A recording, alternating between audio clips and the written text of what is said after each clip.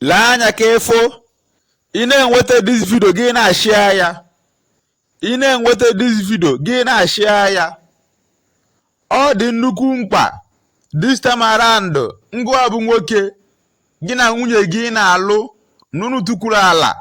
nwee ife a na-akpọ family planning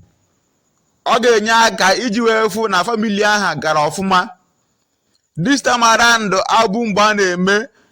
a na-amụkachi nwa everywhere na-atụwa nwaanyị ime anyhow maka na enweghị onye ga-azụrụ gị ụmụ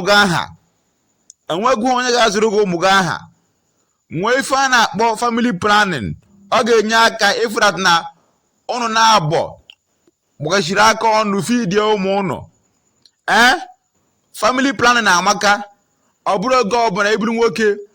gị na-achụgharị nwaanyị na-esogharị nwaanyị jiri onwe gị aka maka this time around we are facing a very difficult time